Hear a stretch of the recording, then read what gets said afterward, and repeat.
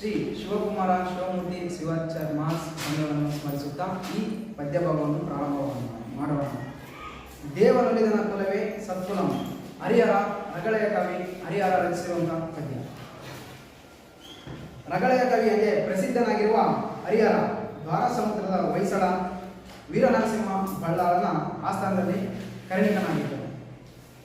ರಾಜಾಶ್ರಯವನ್ನು ತಿರಸ್ಕರಿಸಿ ಅಂಬೆಯ ವಿರೂಪಾಕ್ಷ ಸನ್ನಿಧಿಯಲ್ಲಿ ಕಾವ್ಯ ರಚನೆಗೆ ತೊಡಗಿದನು ಮತ್ತು ಶಿವ ಮತ್ತು ಶಿವಭಕ್ತರನ್ನೇ ಕುರಿತು ಕಾವ್ಯ ರಚಿಸುವ ದಿಟ್ಟ ನಿಲುವನ್ನು ತಳೆದ ಇವನು 100ಕ್ಕೂ ಹೆಚ್ಚು ರಗಳೆಗಳನ್ನು ಹಾಗೂ ಗಿರಿಜಾ ಕಲ್ಯಾಣ ಎಂಬ ಚಂಪು ಕಾವ್ಯವನ್ನು ರಚಿಸಿದ್ದಾನೆ. ಪಂಪಶತಕ, ರಕ್ಷಾಶತಕ, ಮುಡಿಗೆಯ ಅಷ್ಟಕಗಳನ್ನು ರಚಿಸಿದ್ದಾನೆ. ಹರಿಹರ ರಗಳೆಗಳ ಮೂಲ ದ್ರವ್ಯ ಹರಭಕ್ತಿ. ಶಿವಭಕ್ತರು ಈತನ ಕಥಾನಾಯಕರನ್ನು ಇವರು ಒಂದಲ್ಲ ಒಂದು ರೀತಿಯ ಗುಪ್ತ ಭಕ್ತಿಯನ್ನು ಶಿವನನ್ನು ಆರೋಗಿಸುವವರೇ ಆಗಿರುತ್ತಾರೆ. ಭಕ್ತರ ಶಿವಭಕ್ತಿಯನ್ನು ಇತರರಿಗೆ ತಿಳಿಸುವ ಸಲುವಾಗಿ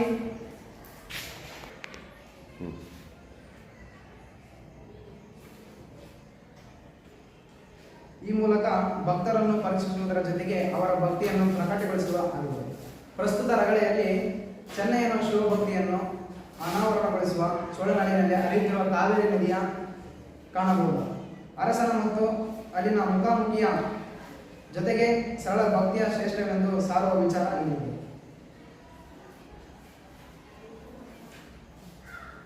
ಶ್ರೀ ಶಿವನ ಸಜ್ಜೆ ಎನಿಸುವ ಚೋಳ ದೇಶವುದು ಈಶ ಭಕ್ತರ ಜಗೆ ನಿಜ ಸುಖ ನಿವಾಸವದು. ಬೆಳೆ ಇಲ್ಲ ದಿಳೆ ಇಲ್ಲ, ಬನವಿಲ್ಲ ದೂರಿಲ್ಲ, ನೆಳಲ ತಂಪಿಲ್ಲ ದರವೆ ಇಲ್ಲದೆಡೆ ಇಲ್ಲ. ಕಾವೇರಿ ಸೋಂಕಿದರ್ ಪಾಪಮಂ ಸೋವೇರಿ, ಕಾವೇರಿ ಸಕಲ ಸಸ್ಯಾಳಿಯಂ ಕಾವೇರಿ. ಹರಿದಳ ದೇಶದಳು ಅರಭಕ್ತಿ ರಸದಂತೆ, ಧರಣಿ ದಳಕಾಮೃತ ವಿಮಲ ವಾರದಿಯಂತೆ. ಇಂತಪ್ಪ ದೇಶವಂ ಪಾಲಿಸುವ ಭೂಮಿಪಂ, ಸಂತತಂ ಕರಿಕಾಳ ಚೋಳನೆಂಬ ನೃಪಂ. ಹೀಗೆ ಪರಶಿವನ ನೆಲೆಸಿರುವಂತಹ ಮೂಲ ಸ್ಥಾನ ಇದು ಶಿವಭಕ್ತರ ಸಮೂಹಕ್ಕೆ ಸುಖಕರವಾದ ವಾಸದ ಮನೆಯಾಗಿದೆ. ಇಲ್ಲಿ ಬೆಳೆ ಇಲ್ಲದಿರುವ ಭೂಮಿಯೇ ಇಲ್ಲ. ಎಲ್ಲ ಕಡೆಯೂ ಸಂಪದ್ಭರಿತ ಬೆಳೆಯಿಂದ ತುಂಬಿಕೊಂಡಿದೆ. ಹಾಗೆ ನೆರಳಿಲ್ಲದ ಕಾಡುಗಳಿಲ್ಲ. ಎಲ್ಲ ಕಡೆಗೂ ಸಂಪದ್ಭರಿತವಾದ ಕಾಡುಗಳಿವೆ, ಉದ್ಯಾನವನಗಳಿವೆ, ಎಲ್ಲ ತಂಪು ಕೊಡುವ ಉದ್ಯಾನವನಗಳಿವೆ. ಹಾಗೆ ಕಾವೇರಿ ಸೋಂಕಿದರಂ ಪಾಪಂ ಸೋವೇರಿ, ಕಾವೇರಿ ನದಿಯ ನೀರನ್ನು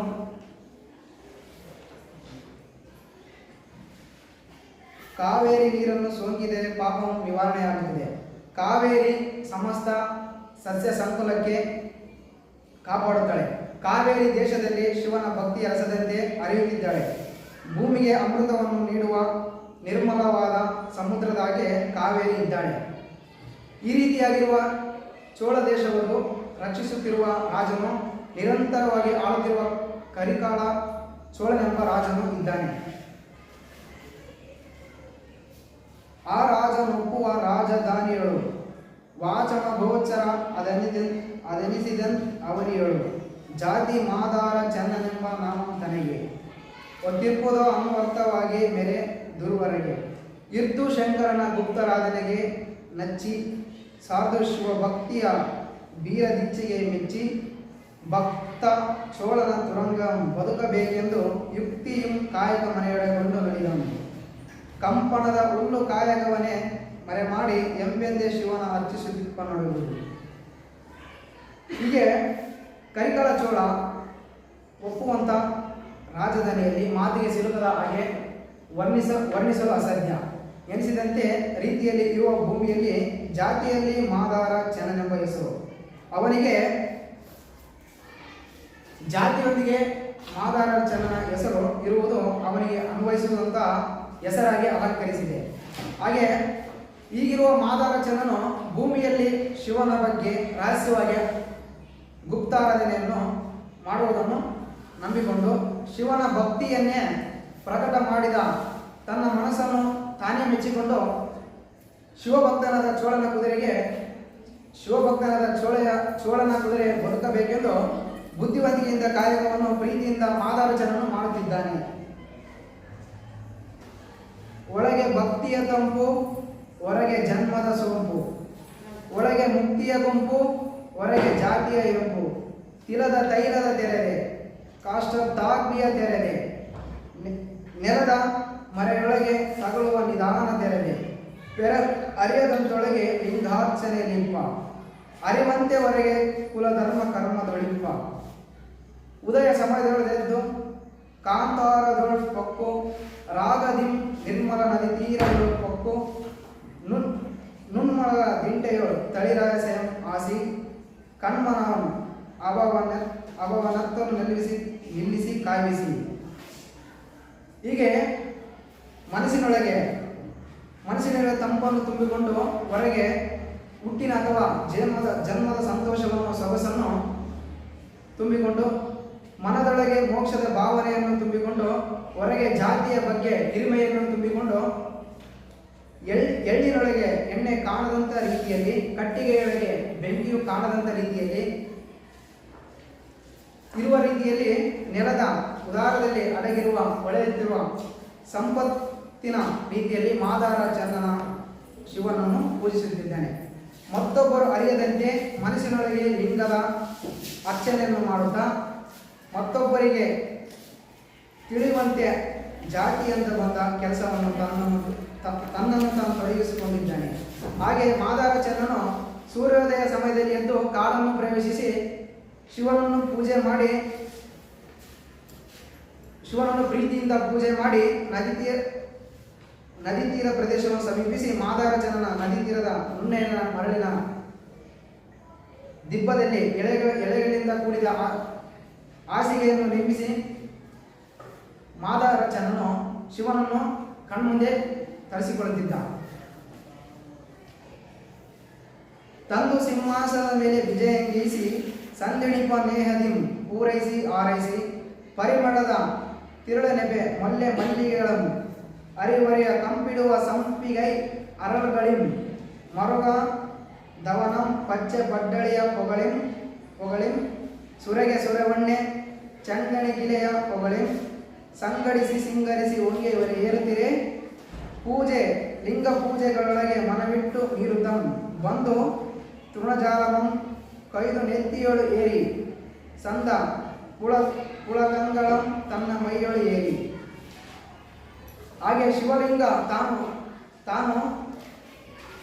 ಶಿವಲಿಂಗವನ್ನು ತಾನು ನಿರ್ಮಿಸಿದ ಎಲೆಗಳಿಂದ ಹಾಸಿಗೆಯ ಮೇಲೆ ಪ್ರತಿಷ್ಠಾಪಿಸಿ ಶಿವನ ಬಗ್ಗೆ ತನ್ನ ಮನಸ್ಸಿನೊಳಗೆ ಹೆಚ್ಚಾಗುತ್ತಿರುವ ಸ್ನೇಹದಿಂದ ಹಾಗೆ ಶಿವನ ಪೂಜೆಯನ್ನು ಮಾಡಿ ಮುಗಿಸಿದರೂ ಮತ್ತೆ ಶಿವನನ್ನು ಪೂಜೆ ಮಾಡಬೇಕೆಂದು ಅವನು ಅಂದುಕೊಳ್ಳುತ್ತಿದ್ದ. ಹಾಗೆ ಸುವಾಸನೆಯ ಪರಿಮಳವಾದ ಸ್ವಾರ್ಥವಾಗಿರುವ ಮಲ್ಲಿಗೆಗಳ ಹೂಗಳ ಹಾಗೂ ಸುತ್ತಲೂ ವಿಶಾಲವಾಗಿರುವ ಕಂಪನ್ನು ನೀಡುವ ಸಂಪಿಯ ಮೊಗ್ಗಗಳಿಂದ ಹಾಗೂ ಮರದ ಹೂ, ದವನ ಹೂ, ಪಚ್ಚೆ ಹೂ ಹಾಗೂ ಪಡ್ಡಳೆಯ ಹೂಗಳಿಂದ ಮತ್ತು ಸುರೆವನ್ಯ ಹೂ, ಚಂದವಾದ ಕಣ್ಣಿಗೆಳೆಯ ಹೂಗಳನ್ನು ಸಂಗ್ರಹಿಸಿ ಹೂಗಳಿಂದ ಶಿವನನ್ನು ಶೃಂಗಾರವನ್ನು ಮಾಡಿ ತನ್ನ ಮನದೊಳಗೆ ಅತಿಯಾದ ಸಂತೋಷವನ್ನು ಹೊಂದುತ್ತಾ ಮಾದಾರಚಂದನು ಮನಸ್ಸಿಟ್ಟು ನಿಷ್ಕುಲಮವಾದ ಭಕ್ತಿಯಿಂದ ಆಗ ಪೂಜೆಯಲ್ಲಿ ತನ್ನಲ್ಲಿ ನಾಗಿರುವಾಗ ಮಾದಾರಚಂದನು ಪೂಜೆಯನ್ನು ಮುಗಿಸಿ ಹುಲ್ಲನ್ನು ಕೊಯ್ದು ನಂತರ ಅದನ್ನು ಎತ್ತಿನ ಮೇಲೆ ಏರಿಕೊಂಡು ತನಗೆ ಉಂಟಾದ ಶಿವಭಕ್ತಿಯ ರೋಮಾಂಚನವನ್ನು ತನ್ನ ಮೈಯಲ್ಲಿ ತುಂಬಿಕೊಂಡು ಬರುತ್ತಿದ್ದ. ನಡೆತಂದು ಚೋಳನ ತುರಂಗಂ ನಿಲಯದ ಮುಂದೆ ಒಡನೆ ಅವರೋಪದಿಯಲ್ಲಿ ನುಂಕಿ ಬರದಿಂದೆ. ಬಲವುದ ಬಂದು ನಿಜನ್ ಎಳೆಯದೊಳು ಕುಳ್ಳಿದ್ದು ತೊಳತೊಳಿಪ ಶಿವಲಿಂಗ ದತ್ತ ಚಿತ್ತಂ ಸರ್ದು. ಹಿರೇಬೋನಂ ಪಿಡಿತದಲ್ಲಿ ತಮ್ಮರಿಸಿಯರು ಅರನಿಂತುದಂ ಭಕ್ತಿಯಿಂದ ಕಡುಬಡವೆಯರು. ಲಿಂಗ ಪ್ರಸಾದಮಂ ಸಾದರಂ ಕೈಕೊಂಡು ಜಂಗಮ ನಿಧಾನ ನಿಪಂ ಸುಖಮನೆಯೊಳಗೊಂಡು ಈ ತೆರೆದೊಳು 60 ವತ್ಸರ ನಡೆಯುತ್ತಿರೆ. ಭೂತಳದೊಳು ಅತಿ ಗುಪ್ತ ಪೂಜೆ ದಳವೇರುತ್ತಿರೆ. ಹೀಗೆ ಚೆನ್ನನು ಹೀಗೆ ನಡೆದುಕೊಂಡು ಬಂದು ಮಾದಾರ ಚೆನ್ನನು ಚೋಳರಾಜನ ಕುದುರೆಯ ಮುಂದೆ ಲಯದ ಮುಂದೆ ತಕ್ಷಣವೇ ಅಷ್ಟು ತಾನು ತಂದಿದ್ದ ಹುಲ್ಲನ್ನು ಅಷ್ಟು ಹಾಕಿ ವೇಗವಾಗಿ ಬಂದು ಆಯಾಸ ಪಡುತ್ತಿದ್ದ. ಬಂದು ಸತ್ಯವಂತನು ಭೂಮಿಯ ಮೇಲೆ ಕುಳಿತಿರುವಾಗ ಹೊಳೆಯುತ್ತಿರುವ ಶಿವಲಿಂಗದತ್ತ ತನ್ನ ಮನಸ್ಸನ್ನು ಸಾರುತ್ತದೆ. ಹೀಗಿರುವಾಗ ದೇವಾಲಯದಲ್ಲಿ ತನ್ನ ಅರಮನೆಯ ಮಹಾರಾಣಿಯರು ಅನ್ನವನ್ನು ಹಿಡಿದು ತಂದಿದ್ದಾರೆ. ಶಿವ ಕೊಟ್ಟ ಪ್ರಸಾದ ನೀಡುತ್ತಿರುವುದನ್ನು ಭಕ್ತಿಯಿಂದ ಕಡುಬಡವೆಯರು ಲಿಂಗ ಪ್ರಸಾದವೆಂದು ಪ್ರೀತಿಯಿಂದ ಜಂಗಮ ಸ್ವರೂಪಿಯಾದ ಸಂಪತ್ತನ್ನು ಸ್ವೀಕರಿಸಿ ಸುಖದಿಂದ ಜೀವನವನ್ನು ನಡೆಸುತ್ತಿದ್ದಾರೆ. ಈ ರೀತಿಯಲ್ಲಿ ಸುಮಾರು 60 ವರ್ಷಗಳ ಕಾಲ ನಿರಂತರವಾಗಿ ಮಾದಾರ ಚೆನ್ನನು ಗುಪ್ತವಾದ ಭಕ್ತಿ ಹಾಗೂ ಕರಿಕಾಳ ಚೋಳನ ಶ್ರೀಮಂತಿಕೆಯಿಂದ ಕೂಡಿದ ಭಕ್ತಿಯು ನಡೆದುಕೊಂಡು ಬರುತ್ತಿದೆ. ಭೂಮಿಯ ಮೇಲೆ ಅತಿ ರಹಸ್ಯವಾದ ಪೂಜೆಯು ಮಾದಾರ ಚೆನ್ನನಿಂದ ನಡೆದುಕೊಂಡು ಬರುತ್ತಿದೆ.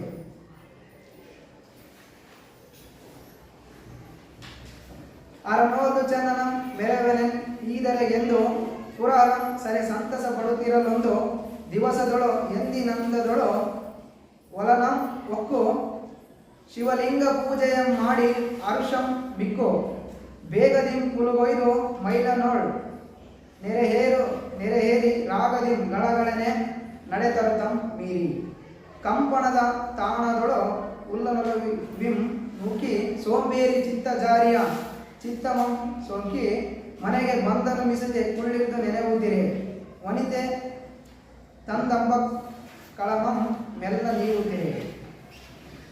ಹೀಗೆ ಶಿವನು ಮಾದಾರ ಚೆನ್ನನ ಮೇಲೆ ಒಲಮೆ ಉಂಟಾಗಿ ನಾನು ಅವನ ಭಕ್ತಿಯನ್ನೇ ಜಗತ್ತಿಗೆ ತಿಳಿಸುತ್ತೇನೆ ಎಂದುಕೊಂಡು ಪುರಹರನಾದ ಶಿವನು ಹೆಚ್ಚು ಸಂತೋಷವನ್ನು ಪಡುತ್ತಿದ್ದಾನೆ. ಹೀಗಿರುವಾಗ ಒಂದು ದಿವಸ ಮಾದಾರ ಚೆನ್ನನು ಎಂದಿನಂತೆ ಹೊಲವನ್ನು ಪ್ರವೇಶಿಸಿ ಪ್ರತಿದಿನದಂತೆ ಶಿವಲಿಂಗ ಪೂಜೆಯನ್ನು ಮಾಡಿ ಹರ್ಷದಿಂದ ಇರುವಾಗ ಮಾದಾರ ಚೆನ್ನನು ಬೇಗನೆ ಹುಲ್ಲನ್ನು ಕತ್ತರಿಸಿ ಮೈಲನ್ನು ಏರಿಕೊಂಡು ಪ್ರೀತಿಯಿಂದ ಬೇಗನೆ ನಡೆದುಕೊಂಡು ಬರುತ್ತಿದ್ದಾನೆ. ಬಂದು ಹುಲ್ಲನ್ನು ಹಾಕುವ ಸ್ಥಳದಲ್ಲಿ ಹುಲ್ಲನ್ನು ಪ್ರೀತಿಯಿಂದ ಹಾಕಿ ಆ ಹುಲ್ಲನ್ನು ಅಂದರೆ ತನ್ನ ಹುಲ್ಲಿನ ಕಾಯಗಳನ್ನು ಮುಗಿಸಿ ಕೂಡಲೇ ಮಾದಾರ ಚೆನ್ನನು ಮನಸ್ಸಿನಲ್ಲಿ ಇರುವೆಯಿಂದ ಶಿವನನ್ನು ತಾಗಿದ್ದು. ಹೀಗೆ ಶಿವನನ್ನು ತನ್ನ ಮನದಲ್ಲಿ ತುಂಬಿಕೊಂಡು ಮಾದಾರ ಚೆನ್ನನು ಮನೆಗೆ ಬಂದಾಗ ಕುಳಿತುಕೊಂಡು ಶಿವನನ್ನು ನೆನೆಯುತ್ತಿರುವಾಗ ಮಾದಾರ ಚೆನ್ನನು ಹೆಂಡತಿಯು ಚೆನ್ನನಿಗೆ ಅಂಬಲಿಯನ್ನು ಕೊಟ್ಟಾಗ ಅಂಬಲಿಯನ್ನು ಮೆಲ್ಲನೆ ಸೇವಿಸುತ್ತಿದ್ದಾನೆ. ಮಧುರಾಮೃಚಿಯಾಯ ಶಿವಲಿಂಗವಂ ತಾಗೆ ಸುದೆಯ ಕಡು ಸವಿಯಿಂದ ನೂರ್ಮಡಿಸಿ ಸವಿಯಾಗೆ ಸವಿದು ದಣಿವಹಿಸದೆ ಗುರುಮೂರ್ತಿ ವಿವರಣಿಸಿ ಸವಿಯುತ್ತ ತಂದ ಅಂಬಕಳವೆಲ್ಲವಂ ಲವಲವಿಸಿ ಒಡನೇನೆಂಬ ಚೆನ್ನನೊಡನೊಂದಾಗಿ ಉಂಡೆವೆಂ ಅವಂಗೆ ಸ್ವರ್ಗ ಮೃತ್ಯಕ್ಕೆ ಹೊಸದಾಗಿ ಇರನಿ ನಿತ್ಯ ನೇಮಗ ಚೋಳರಾಯಂ ಬಂದು ಅರನಾಲಯಂ ಬೊಕ್ಕು ಕೈ ಮುಗಿತಂ ನಿಂದು ದಿವ್ಯನ್ನ ದಿವ್ಯನ ಅಮೃತಾನಂ ಬಡಿಸಿ ಸಭೆ ಸಾಲಿಡಿಸುವ ಶಾಖಗಳ ಬಡಿಸಿ. ಹೀಗೆ ಮಾವಿನ ಹಣ್ಣಿನಂತ ರುಚಿಯಾಗಿರುವ ಅಂಬಲಿಯನ್ನು ಶಿವಲಿಂಗವನ್ನು ಸೋಕಿತು. ಅಮೃತವಾದಂತಹ ಅಂಬಲಿಯು ಅತಿಯಾದ ಸವಿಯಿಂದ 100 ಪಟ್ಟು ಹೆಚ್ಚಾಯಿತು. ಇಂಥ ಅಮೃತವನ್ನು ಅಂಬಲಿಯ ಶಿವನು ಆಯಾಸಗೊಳಿಸಿ ಸೇವನೆ ಮಾಡುತ್ತಾನೆ. ಅಂಬಲಿಯನ್ನೆಲ್ಲವನ್ನು ಲವಲವಿಕೆಯಿಂದ ಅವನು ಸೇವನೆ ಮಾಡಿದನು.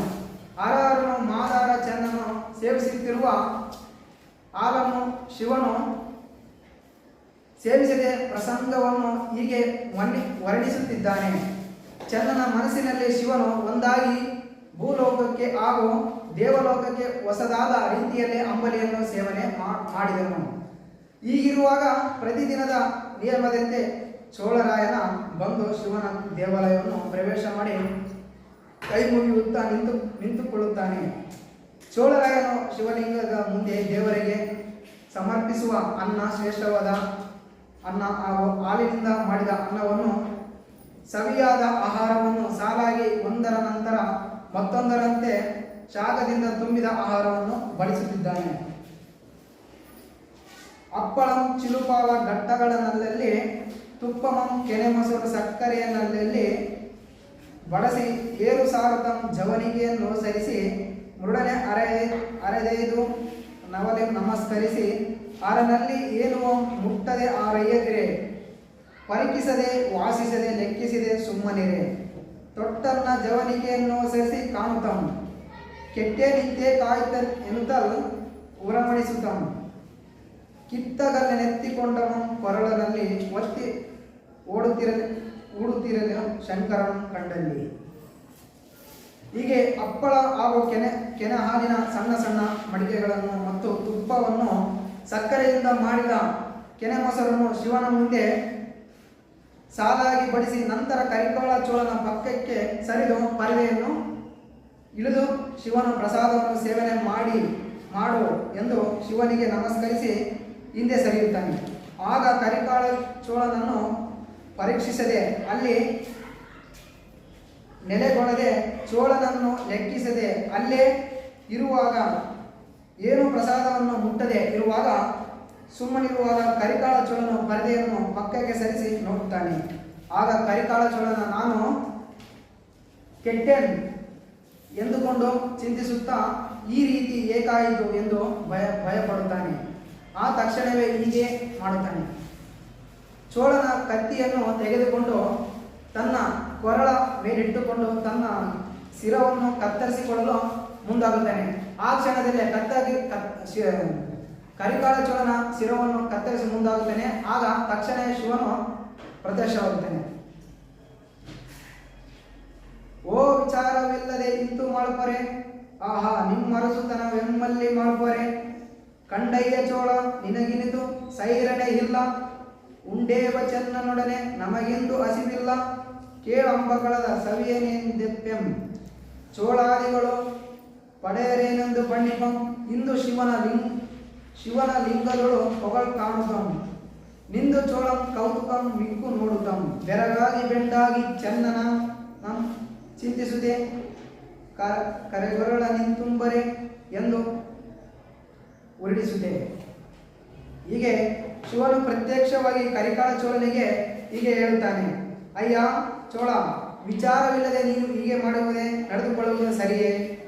ನಿಮ್ಮ ಅರಸುತನ ಅಹಮ್ಮಿನಲ್ಲಿ ಹೀಗೆ ಮಾಡುವುದು ಸರಿಯಲ್ಲ.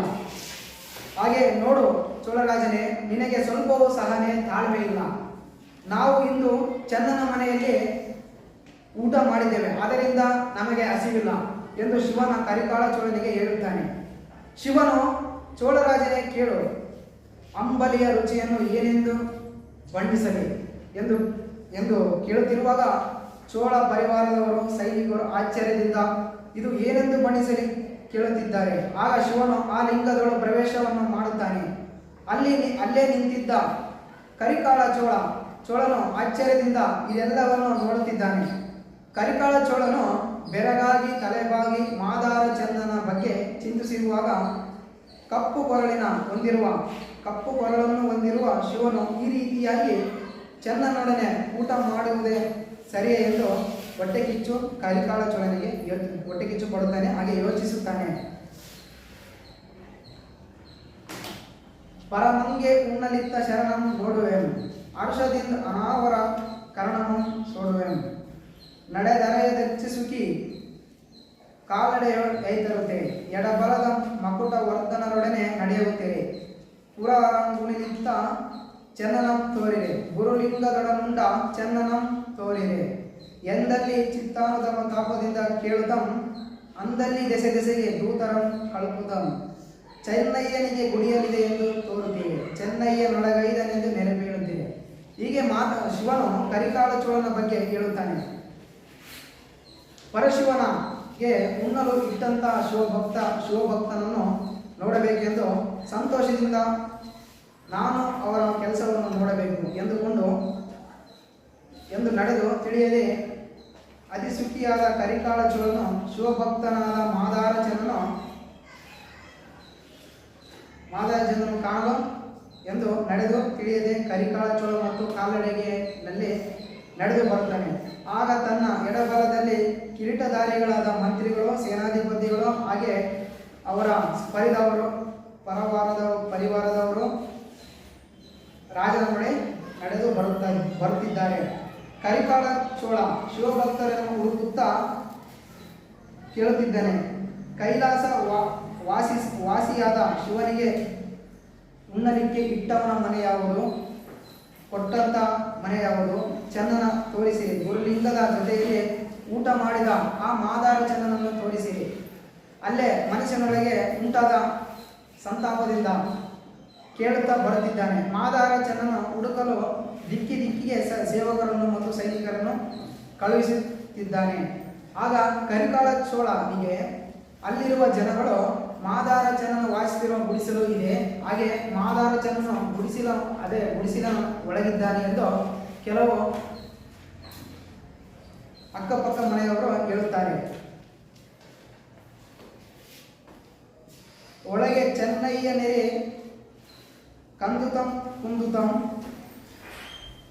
ತಿಳಿಗೊಡಲೇನೆಂದು ಕೂಡುತಂ ಬಾಡುತಂ ಅರೆಮನೆಯ ಚರರೇಗನಿಗೆ ಶಂಕರ ಅರಸನೆನ್ನೇಕೆ ಮನೆಯೇಗೆ ಶಶಿಶೇಖರ ಭಕ್ತನೆಂದರಿಯದಿದ್ದಡೆ ನೇಸು ಬದುಕುವೆನು ಭಕ್ತನೆಂದರಿಯದ ಬಳಿಕ ನಾನೆಂದು ಬದುಕುವೆನು ಎನ್ನುತ್ತಂ ಇರಲಿಲ್ಲ ಗುಡಿಲಂ ಸುತ್ತು ಮುತ್ತುತ್ತೆ ತನತೆನಗೆ ಜಯ ಜಯ ಎನ್ನುತ್ತಾ ಕೈ ಮುಗಿಯುತ್ತೆ ಇರೇ ಶಿವರಾಜನತಿ ಭಕ್ತಿ ಬರುತ್ತಿದ್ದ ನರರ್ ಸಮ್ಯಜ್ಞಾನಿ ಸತ್ಯನಿಧಿ ಬರುತ್ತಿದ್ದ. ಹೀಗೆ ರಾಜನಾದ ಕರಿಕಾಲ ಚೋಳನು ಮನೆಯ ಮುಂದೆ ಬಂದಾಗ ಮನೆಯ ಒಳಗಡೆ ಇರುವ ಮಾದಾರ ಚೆನ್ನಯ್ಯನನ್ನು ಅತಿಯಾಗಿ ಕಳೆಗುಂದೆ ಕುಗ್ಗಿ ಹೋಗಿ ಅಲ್ಲಿ ನಡೆಯುತ್ತಿರುವುದನ್ನು ಏನೆಂದು ಅರ್ಥ ಹೊಡೆದ ಮನದೊಳಗೆ ನಡುಗುತ್ತಾ ಬಾಡಿ ಹೋಗಿ ಹೀಗೆ ಅಂದುಕೊಳ್ಳುತ್ತಾನೆ. ಶಿವನೇ ಅರಮನೆಯ ಅನೇಕ ಸೈನಿಕರನ್ನು ಮತ್ತು ಸೇವಕರ ಕರಿಕಾಲ ಚೋಳ ಅರಸನನ್ನು ಹೇಗೆ ನನ್ನ ಮನೆ ಬಳಿ ಬಂದಿದ್ದಾರೆ ಎಂದು ಅಂದುಕೊಳ್ಳುತ್ತಾನೆ. ಹಾಗೆ ಮಾದಾರ ಚೆನ್ನಯ್ಯನ ತನ್ನ ಮನದಲ್ಲಿ ಹೀಗೆ ಹೇಳಿಕೊಳ್ಳುತ್ತಾನೆ, ನಾನು ಶಿವಭಕ್ತ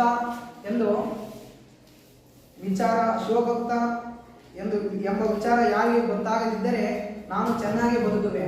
ಶಿವಭಕ್ತ ಎಂದು ಜನರಿಗೆ ತಿಳಿದ ಮೇಲೆ ನಾನೇ ಈ ಜಗತ್ತಿನಲ್ಲಿ ಬದುಕಲಿ. ಹೀಗೆ ಸಮಾಜದಲ್ಲಿ ಎಂದುಕೊಳ್ಳುತ್ತಿರುವಾಗ ಅಲ್ಲಿ ಗುಡಿಸಲನ್ನು ರಾಜ ಮತ್ತು ಸೈನ್ಯ ಹಾಗೆ ಪರಿವಾರದವರು ಆ ಗುಡಿಸಲನ್ನು ಸುತ್ತು ಕಟ್ಟುತ್ತಾರೆ. ಹಾಗೆ ಶಿವಭಕ್ತನಾದ ಮಾದಾರ ಚನ್ನನಿಗೆ ಜಯಕಾರವನ್ನು ಹಾಕುತ್ತಾ ತನ್ನ ಚೋಳ ರಾಜನಿಗೆ ಒಡೆಯ ಎನ್ನುತ್ತಾ ಶಿವಭಕ್ತನಾದ ಮಾದಾರ ಚನ್ನನಿಗೆ ಕೈ ಮುಗಿಯುತ್ತಾ ನಿಂತಿದ್ದಾರೆ. ಹೀಗೆ ಕರಿಕಾಲ ಚೋಳ ರಾಜನು ಅತಿಯಾದ ಭಕ್ತಿಯಿಂದ ಬರುತ್ತಿರುವ ಹಾಗೂ ಮನುಷ್ಯರಲ್ಲಿ ಸಂಪೂರ್ಣ ಜ್ಞಾನಿಯಾಗಿರುವ ಸತ್ಯದ ಸಂಪತ್ತನ್ನು ಒಳಗಡೆ ಮಾದಾರ ಚೆನ್ನಯ್ಯನನ್ನು ನೋಡುತ್ತಾನೆ. ಗಳಗಳನೆ ನಡೆದೆಂದು ಚೆನ್ನಯ್ಯನಂ ಕಂಡು ಬಳಸಿ ಗಣಪದವಿ ಬಂದಿಳಿಸಿದ್ದನು ಕಂಡು ಇಳಿಪಿದಂ ಸರ್ವಾಂಗಮಂ ಚೆನ್ನನ ಆಂಗ್ರಿಯೊಳು ತೊಳತೊಳಗೆ ಮಕುಟಮಣಿ ಕಾಂತಿ ಪದಭೂಮಿಯೊಳು ಪಾದರಜಮಂ ಕಣ್ಣುಗಳೊತ್ತಿಕೊಂಡು ದಣಿಯುತ್ತಿರೆ ಪಾದಮಂ ಬಲು ಹಿಡಿದು ಬಿಡೆನೆಂದು ಬೆಣಗುತ್ತೀರಿ ಏನಯ್ಯ ಚೋಳ ನೃಪ ಬಿಡನೆ ನೀನಿಂತು ಬಪ್ಪರೆ ಭಾನುಕುಲ ದರ್ಪಣನೆ ನೀನಿಂತು ಮಾಲ್ಪರೆ ಎನ್ನ ಕುಲಮಂ ನೋಡದೆತ್ತರೆ ಚೋಳ ಎನ್ನ ಜಾತಿಯನ್ನು ನರಿಯದೆ ನಿಂತು ಮಾಲ್ಪರೆ ಚೋಳ. ಹೀಗೆ ಕರಿಕಾಲ ಚೋಳನು ಬೇಗನೆ ನಡೆದು ಬಂದು ಮಾದಾರ ಚೆನ್ನಯ್ಯನನ್ನು ನೋಡುತ್ತಾನೆ. ತನ್ನನ್ನು ಬಳಸಿ ನಿಂತಿರುವ ಶಿವಭಕ್ತರ ಸಮೂಹದಿಂದ ಮಾದಾರ ಚೆನ್ನಯ್ಯನು ನೋಡುತ್ತಾನೆ. ಆಗ ಕರಿಕಾಲ ಚೋಳನು ತನ್ನ ಸರ್ವಾಂಗವನ್ನು ಮಾದಾರ ಚೆನ್ನಯ್ಯನ ಪಾದದ ಮೇಲೆ ಇಳಿಸಿದನು. ತನ್ನ ಒಳೆಯುತ್ತಿರುವ ಕಿರೀಟದ ಮಣಿಯನ್ನು ಪಾದವೆಂದು ಭೂಮಿಯಲ್ಲಿ ಇಳಿಸಿದನು. ಶ್ರೇಷ್ಠವಾದ ವ್ಯಕ್ತಿಯು ತಲೆಬಾಗಿ ಕೆಳಸ್ತಾರದಲ್ಲಿರುವ ವ್ಯಕ್ತಿಯ ಪಾದಕ್ಕೆ ಮೇಲೆ ಶರಣಾದನು ಎಂಬ ಅರ್ಥ. ಮಾದಾರ ಚೆನ್ನಯ್ಯನ ಪಾದಗಳನ್ನು ಬಲವಾಗಿ ಹಿಡಿದುಕೊಂಡು ನಾನು ನಿನ್ನ ಪಾದಗಳನ್ನು ಬಿಡುವುದಿಲ್ಲ ಎಂದು ಹೇಳುತ್ತಾ ಕಷ್ಟಪಡುತ್ತಿರುವ ಮಾದಾರ ಚೆನ್ನಯ್ಯನು ಏನಯ್ಯ ಚೋಳ ಹೀಗೆ ನನ್ನ ಬಳಿಗೆ ಬರುವುದು ಸರಿಯೇ? ಸೂರ್ಯವಂಶಕ್ಕೆ ಅಧಿಪತಿಯಾದ ಚೋಳನೇ, ನೀನು ಹೀಗೆ ಮಾಡುವುದೇ ಸರಿಯೇ ಎಂದು ಕೇಳುತ್ತಾನೆ. ಮಾದಾರ ಚೆನ್ನಯ್ಯನು ಹೀಗೆ ಕೇಳುತ್ತಾನೆ, ನನ್ನ ವಂಶವನ್ನು ತಿಳಿಯದೆ ಹೀಗೆ ನನ್ನ ಮನೆ ಬಳಿಗೆ ಬರುವುದು ಸರಿಯಲ್ಲ ಚೋಳರಾಜ. ನನ್ನ ಜಾತಿಯನ್ನು ತಿಳಿಯದೆ ನೋಡದೆ ಹೀಗೆ ಮಾಡುವುದು ಸರಿಯಲ್ಲ ಚೋಳ. ಇಂದು ಚೋಳರಾಜನನ್ನು ಮಾದಾರ ಚೆನ್ನಯ್ಯನು ಕೇಳುತ್ತಾನೆ. ಎನೆ ದೇವನೊಲಿದನ ಕುಲವೇ ಸತ್ಕುಲಂ, ಘನಮೈಮ ನೊಲಿದ ಜಾತಿಯೇ ಜಾತಿ ನಿರ್ಮಲಂ, ಸರ್ವನೊಡನುಂಡ ಜಾತಿಗಂ ಸರಿಯೇ? ಸರ್ವಜ್ಞ ನಿನ್ನ ಕೆರ್ಪಿಂಗೆನ್ನ ಸಿರಸರಿಯೇ? ಬಿಡನಯ್ಯ ನಿಮ್ಮ ಪಾದವಂ ಬಿಟ್ಟು ಬಾಳ್ವನೆ, ಮೃಡಮೂರ್ತಿಯಂ ಬಿಟ್ಟು ನರಕದೊಳಗಾಳ್ವನೆ, ನಡೆಯ ಮೆಂದಲ್ಲಿ ಗಜ ಮಸ್ತಕವನ್ನೇರಿಸುತ್ತೆ, ನುಡಿಗಂಟ ಏಳೆಂದು ಪುರದೊಳಗೆ ಸಾರಿಸುತ್ತೆ, ನಡೆತಂದು ಮೃಡನಾಲಯದ ಮುಂದೆ ನಿಂತಿರ್ದು ಕಡುನೇಹದಿಂದ ಗಜದ ಮಗ್ಗುರುತಂ ಸಾರ್ದು. ಹೀಗೆ ಈ ರೀತಿಯಲ್ಲಿ ಮಾದರ ಜನರನ್ನು ಕೈ ಕೇಳುತ್ತಾ, ದೇವರು ಒಲಿದನ ಕುಲವೇ ಶ್ರೇಷ್ಠವಾದ ಕುಲ, ಶ್ರೇಷ್ಠ ಘನತೆ ಹೊಂದಿರುವ ಶಿವನು ಒಲಿದಿರುವ ಜಾತಿಯೇ ನಿರ್ಮಲವಾದ ಜಾತಿ. ಶಿವನು ಜೊತೆಯಲ್ಲಿ ಊಟ ಮಾಡಿದ ನಿನ್ನ ಜಾತಿಗೆ ನಾನು ಸರಿ ಸಮಾನವಲ್ಲ. ಸರ್ವಜ್ಞ ಜ್ಞಾನಿಯಾಗಿರುವ ನಿನಗೆ ನಿನ್ನ ಚಪ್ಪಲಿಗೆ ನಾನು ಸಮವಿಲ್ಲಯ್ಯ ಎಂದು ಮಾದಾರ ಚೆನ್ನನಿಗೆ ಚೋಳನು ಹೇಳುತ್ತಾನೆ. ಮಾದಾರ ಚೆನ್ನಯ್ಯನು ಪಾದಗಳನ್ನು ಹಿಡಿದುಕೊಂಡು ಕರಿಕಾಲ ಚೋಳ ಹೀಗೆ ಹೇಳುತ್ತಾನೆ, ನಿನ್ನ ಪಾದವನ್ನು ಬಿಟ್ಟು ನಾನು ಬದುಕಲಾರೆ, ಪಾದವನ್ನು ಬಿಡುವುದಿಲ್ಲ. ಶಿವಭಕ್ತರನ್ನು ಶಿವಮೂರ್ತಿಯನ್ನು ಬಿಟ್ಟು ನಾನು ನರಕದಲ್ಲಿ ಬದುಕಲು ಸಾಧ್ಯವಿಲ್ಲ. ನನ್ನ ಜೊತೆ ನೀವು ಬರಬೇಕು ಎಂದು ಮಾದಾರ ಚೆನ್ನಯ್ಯನು ಆನೆಯ ಶಿರಭಾಗದಲ್ಲಿ ಕುಳ್ಳಿರಿಸಿಕೊಂಡು ಊರಿನ ಜನರಿಗೆಲ್ಲ ಬಾವುಟವನ್ನು ಆರಿಸಬೇಕೆಂದು ಪಟ್ಟಣದಲ್ಲಿ ಸಾರಿಸುತ್ತಿದ್ದಾನೆ. ಹೀಗೆ ಮಾದಾರ ಚೆನ್ನಯ್ಯನು ಆನೆಯ ಮೇಲೆ ಕೂರಿಸಿಕೊಂಡು ತಾನು ನಡೆದು ಬಂದ ಚೋಳನ ಶಿವಾಲಯದ ಮುಂದೆ ನಿಂತುಕೊಂಡು ಅತಿಯಾದ ಸ್ನೇಹದಿಂದ ಚೋಳನ ಮನೆಯ ಪಕ್ಕಕ್ಕೆ ಸಾಗಿ ಬಂದು ಆನೆಯಿಂದಿಳಿದು ಮೆಲ್ಲನೆ ಬಂದು ಕೈಗೊಟ್ಟು ದಾನದಿಂದ ಚೆನ್ನಯ್ಯನ ಹರುಷದಿಂದ ಮುಂದಿಟ್ಟು ಒಡಗೊಂಡ ಬಂದೊಳಗೆ ಶಿವಲಿಂಗನು ತೋರಿ ಮೃಡಮೆಡೆಗೆ ತಾರ್ಪಣೆಗೊಡುತ್ತಾ ಚೋಳವಂ ತೋರಿ ಕಂಡು ಚೆನ್ನಯ್ಯನ್ ಅಭವಂಗೆ ಕಡು ಮಳೆಯುತ್ತಂ ಕಂಡಯ್ಯ ಇಂತು ದೂರುವರೆ ನಿನ ನಾಗುತ್ತಂ ಚೋಳನೆ ಪೀಡಿತರಿಸಿದೆಂ ತಪ್ಪು ಮಾಡಿದನೆ ಹೇಳಯ್ಯ ನಿನ್ನಲ್ಲಿ ಪದವಿಯಂ ಬೇಡಿದನೆ ಅರಿಯದೆ ಅಂಬಲಿಯನ ಅರ್ಪಿಸಿದೊಡೆ ತೂರುವರೆ ಎರೆಯ ಸುಡದೆ ಶಿವನ ನಿಂತು ದೂರುವರೆ. ಮಾದಾರ ಚೆನ್ನಯ್ಯನು ಆನೆಯ ಮೇಲಿಂದ ನಿಧಾನವಾಗಿ ಕೆಳಗಿಳಿಸಿ ಚೆನ್ನಯ್ಯನಿಗೆ ಕೈಕೊಟ್ಟು ದಾನದ ಸಂಪತ್ತನ್ನು ಒಳಗೊಂಡಿರುವ ಮಾದಾರ ಚೆನ್ನನನ್ನು ಸಂತೋಷದಿಂದ ಮುಂದಿಟ್ಟುಕೊಂಡು ಜೊತೆಯಲ್ಲಿ ಬಂದು ದೇವಾಲಯದ ಒಳಗಿರುವ ಶಿವಲಿಂಗವನ್ನು ತೋರಿಸುತ್ತಾ ಶಿವನಿಗೆ ಪ್ರತ್ಯಕ್ಷವಾದ ಮಾದಾರ ಚೆನ್ನನ ಸಾಕ್ಷಿಯನ್ನು ಚೋಳನ ಶಿವನಿಗೆ ತೋರಿಸುತ್ತಿದ್ದಾನೆ. ಹೀಗೆ ಹೇಳುತ್ತಾನೆ. ಅದನ್ನು ನೋಡಿದ ಮಾದಾರ ಚೆನ್ನಯ್ಯನು ಅತಿಯಾಗಿ ಹೆದರುತ್ತಾನೆ. ಹಾಗೆ ಶಿವನಿಗೆ ಹೇಳುತ್ತಾನೆ, ನೋಡು ಶಿವ, ಈ ರೀತಿಯಾಗಿ ನನ್ನ ಮೇಲೆ ಅಪವಾದವನ್ನು ಹೊರಿಸುವುದು ಸರಿಯಲ್ಲ. ನಾನು ನಿಮ್ಮ ಪಾದ ರೈತನಾದ ನಿರಪರಾಧಿ. ಈ ದೇಶದ ರಾಜನಾದ ಚೋಳನ ಹಿಡಿದು ತರಿಸುವಂಥ ತಪ್ಪನ್ನು ನಾನು ಏನು ಮಾಡಿದೆ? ಹೇಳು ಶಿವನೇ, ನಿನ್ನಲ್ಲಿ ನಾನು ಪದವಿಯನ್ನೇನಾದರೂ ಬೇಡಿದ್ದೇನೆ? ನಿನ್ನಲ್ಲಿ ಬೇಡಿಕೊಂಡೇನೆ ಎಂದು ಮಾದಾರ ಚೆನ್ನಯ್ಯನು ಶಿವನನ್ನು ಕೇಳುತ್ತಾನೆ. ಮಾದಾರ ಚೆನ್ನನು ಶಿವನಿಗೆ ಹೀಗೆ ಹೇಳುತ್ತಾನೆ, ನಾನು ಏನು ತಿಳಿಯದೆ ಅಂಬಲಿಯನ್ನು ನಿನಗೆ ಅರ್ಪಿಸಿದ್ದಕ್ಕೆ ನೀನು ಶಿರದ ಮೇಲೆ ಧರಿಸಿದ ಶಿವನಿಗೆ ನಾನು ಹೀಗೆ ನನ್ನ ಮೇಲೆ ಅಪವಾದವನ್ನು ಹೊರಿಸುವುದು ಸರಿಯಲ್ಲ ಎಂದು ಮಾದಾರ ಚೆನ್ನಯ್ಯನು ಕೇಳಿಕೊಳ್ಳುತ್ತಾನೆ.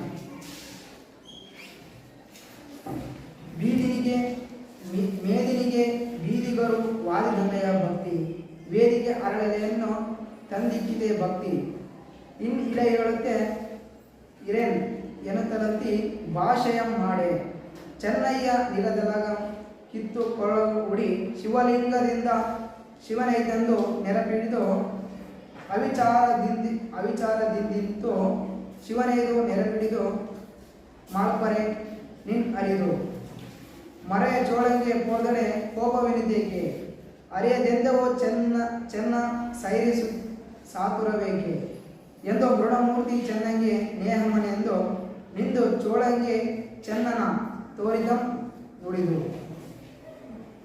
ಮಾದಾರ ಚೆನ್ನಯ್ಯನು ಭೂಮಿಗೆ ನನ್ನ ಭಕ್ತಿಯು ಪ್ರಚಾರವಲ್ಲಾಯಿತಲ್ಲ ಎಂದುಕೊಂಡು ಶಿವನನ್ನು ಪ್ರಶ್ನಿಸುತ್ತಾನೆ. ಹೀಗೆ ನನ್ನ ಮೇಲೆ ವೃದ್ಧ ಅಪವಾದ ಹೊರಿಸಿದೆ ಎಂದು ನಾನು ಇನ್ನು ಭೂಮಿಯ ಮೇಲೆ ಇರುವುದಿಲ್ಲ ಎಂದು ದೃಢವಾದ ಪ್ರತಿಜ್ಞೆಯನ್ನು ಮಾಡುತ್ತಾನೆ. ಹೀಗೆ ಚೆನ್ನಯ್ಯನು ಸುಮ್ಮನಿರದೆ ಅಲ್ಲಿ ಇರುವ ಕತ್ತಿಯನ್ನು ತೆಗೆದುಕೊಂಡು ತನ್ನ ಕೊರಳಿನ ಮೇಲೆ ಇಟ್ಟುಕೊಂಡು ಕತ್ತರಿಸಿಕೊಳ್ಳಲು ಮುಂದಾಗುತ್ತಾನೆ. ಆಗ ಆ ಸಂದರ್ಭದಲ್ಲಿ ಶಿವಲಿಂಗದಿಂದ ಶಿವನು ಕಾಣಿಸಿಕೊಂಡು ಮಾದಾರ ಚೆನ್ನಯ್ಯನಿಗೆ ಹೀಗೆ ಹೇಳುತ್ತಾನೆ, ನೀನು ವಿಚಾರವನ್ನು ಸರಿಯಾಗಿ ತೆಗೆದುಕೊಳ್ಳದೆ ಹೀಗೆ ಮಾಡುವುದು ಸರಿಯಲ್ಲ. ನಾನು ನಿನ್ನ ಜೊತೆಯಲ್ಲಿ ಊಟ ಮಾಡಿದ ವಿಚಾರವನ್ನು ಚೋಳನಿಗೆ ಹೇಳಿದ್ದಕ್ಕೆ ಇಷ್ಟು ಕೋಪವೆದಕ್ಕೆ ತಿಳಿಯದೆ ನಾವು ಚೋಳನಿಗೆ ತಿಳಿಸಿದ್ದೇವೆ. ತಾಳ್ಮೆ ಸಮಾಧಾನವನ್ನು ತಂದುಕೋ, ಆತುರವೇಕೆ ಮಾಡುವೆ ಎಂದು ಶಿವನ ಮಾದಾರ ಚೆನ್ನನಿಗೆ ಹೇಳುತ್ತಾನೆ. ಎಂದು ಶಿವನ ಪ್ರೀತಿಯಿಂದ ಸ್ನೇಹದಿಂದ ಮಾದಾರ ಚೆನ್ನನಿಗೆ ಹೀಗೆ ಹೇಳಿ ಮಾದಾರ ಚೆನ್ನಯ್ಯನನ್ನು ಕರಿಕಾಳ ಚೋಳನಿಗೆ ತೋರಿಸುತ್ತಾ ಹೀಗೆ ಹೇಳುತ್ತಾನೆ. ನೋಡಯ್ಯ ಚೋಳ ಗುಪ್ತಾರ್ಚನೆಯ ಮೋನಿಯಂ ಆಡಂಬರವನ್ನಳಿದ ಲಿಂಗಾಭಿಮಾನಿಯಂ ಎಂದು ಕೊಂಡಾಡುತ್ತಿರೆ. ಹೂಮಳೆಗಳು ಗೆರಗಿದವು, ನಿಂದು ದುಂದು ಬಿಗುಳಂ ಗಗನದೊಳು ಮುಳಗಿದವು. ಬಂದು ಪುಷ್ಪಕದೊಳಗೆ ಚೆನ್ನನ ಕುಳ್ಳಿರಿಸಿ ಇಂದೂಧರನ ಆನಂದದಿಂದ ಒಲಿದು ಸಡಗರಿಸಿ ಕೈಲಾಸನ ಹೊಕ್ಕು ಸಿಂಹಾಸನವನ್ನೇರಿ ಶೈಲಜೆಗೆ ಚೆನ್ನನ ಸಂತೋಷದಿಂದ ತೋರಿ ಚೆನ್ನನಿಗೆ ಗಣಪದವಿಯಂ ಕೊಟ್ಟು ರಾಗದಿಂದ ಪನ್ನಗ ಆಭರಣನ್ ಒಪ್ಪಿದನ್ ಅಖಿಲ ಯೋಗದಿ. ಹೀಗೆ ಶಿವನು ಚೋಳನಿಗೆ ಹೀಗೆ ಹೇಳುತ್ತಾನೆ, ನೋಡಯ್ಯ ಚೋಳ 60 ವರ್ಷದಿಂದ ರಹಸ್ಯವಾದ ಪೂಜೆಯನ್ನು ಮಾಡಿಕೊಂಡು ಬಂದು ಮೌನಿಯಾಗಿ ನಿಂತಿರುವ ಚೆನ್ನನನ್ನು ಹೀಗೆ ತೋರಿಗೆಯ ಶ್ರೀಮಂತಿಕೆಯ ಭಕ್ತಿಯನ್ನು ನಾಶ ಮಾಡಿದ ಲಿಂಗದ ಭಕ್ತಿಯನ್ನು ನೋಡಿ ಇಂದು ಭಕ್ತರ ಮಾದಾರ ಚೆನ್ನನು ಕೊಂಡಾಡುತ್ತಿರುವಾಗ ಆಕಾಶದಿಂದ ಹೂವಿನ ಮಳೆಯು ಸುರಿಯಿತು.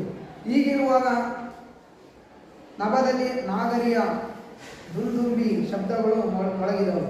ಅಲ್ಲಿಗೆ ಬಂದಂಥ ಪುಷ್ಪಕ ವಿಮಾನದಲ್ಲಿ ಶಿವನು ಮಾದಾರ ಚೆನ್ನನನ್ನು ಕುಳ್ಳಿರಿಸಿಕೊಂಡು ಶಿವನ ಸಂತೋಷದಿಂದ ಚೆನ್ನನ ಮೇಲಿನ ಪ್ರೀತಿಯಿಂದ ಸಂಭ್ರಮ ಪಡುತ್ತಾನೆ. ಹೀಗೆ ಕೈಲಾಸವನ್ನು ಪ್ರವೇಶ ಮಾಡುತ್ತಾನೆ. ಶಿವನು ಸಿಂಹಾಸನದ ಮೇಲೆ ಕುಳಿತುಕೊಂಡು ಪಾರ್ವತಿಗೆ ಚೆನ್ನನನ್ನು ತೋರಿಸುತ್ತಾ ಸಂತೋಷ ಪಡುತ್ತಾನೆ. ಹಾಗೆ ಮಾದಾರ ಚೆನ್ನನಿಗೆ ಶಿವಶರಣರಿಗೆ ಕೊಡುವ ಶ್ರೇಷ್ಠವಾದ ಪದವಿಯನ್ನು ಶಿವನು ಪ್ರೀತಿಯಿಂದ ಮಾದಾರ ಚೆನ್ನನಿಗೆ ಕೊಟ್ಟನು. ಆವನ್ನು ಆಭರಣವನ್ನಾಗಿ ಮಾಡಿಕೊಂಡು ಶಿವನ ಸಂಪೂರ್ಣ ಯೋಗದಿಂದ ಮಾದಾರ ಚೆನ್ನನಿಗೆ ಕೊಟ್ಟು ಪದವಿಯನ್ನು ಒಪ್ಪಿಕೊಂಡನು.